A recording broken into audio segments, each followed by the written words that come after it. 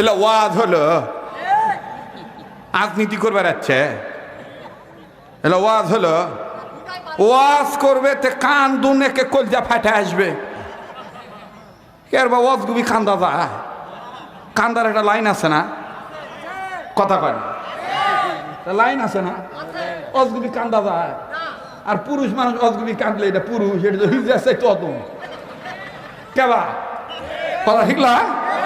কান্দারও তো একটা সিরিয়াল আছে, হ্যাঁ কান্দারও তো একটা সিরিয়াল আছে। এদের ফকিররা ভিক্ষা করবে আসে, দেখবেন কত কায়দা করে ভিক্ষা করে। সরাসরি কোনোদিন কোনো ফকির কয় না ও বাবা না ভিক্ষা দেবা, ইনকা কয় না।